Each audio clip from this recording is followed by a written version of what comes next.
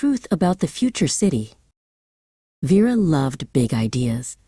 When Mrs. Sharma assigned the Future City project, a 3-week, build-it-yourself miniature solar city, Vera felt a spark.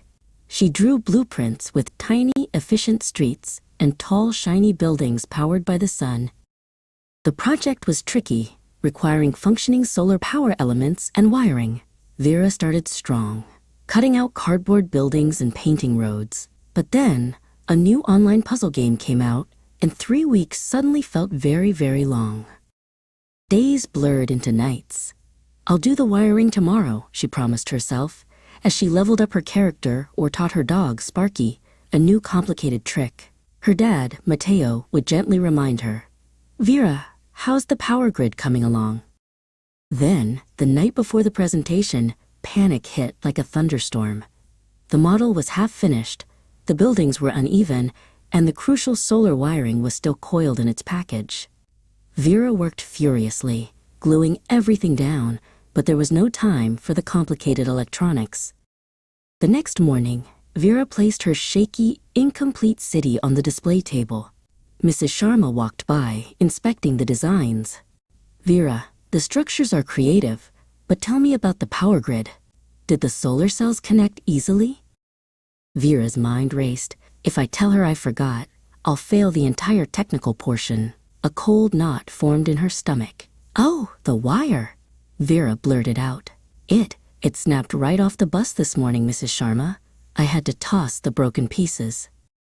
That afternoon, Mateo answered a phone call from Mrs. Sharma. She was calling to clarify safety guidelines for the models. "The only tricky one was Vera's," Mrs. Sharma said. "She mentioned the wire broke on the bus." Mateo frowned, looking at the project box Vera had carried. He knew the wiring kit was still inside, untouched. Later that evening, Mateo sat with Vera on the couch. He didn't sound angry, just quiet. "Vera," he said softly, "we need to talk about the project.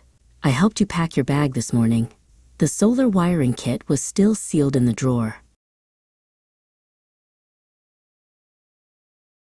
The cold knot in Vera's stomach melted into a rush of hot shame. Tears welled up, but she nodded. "I lied, Dad," she whispered, the words catching in her throat. "I procrastinated, and I was so scared that Mrs. Sharma would be disappointed. Lying felt easier than telling the truth about my mistake."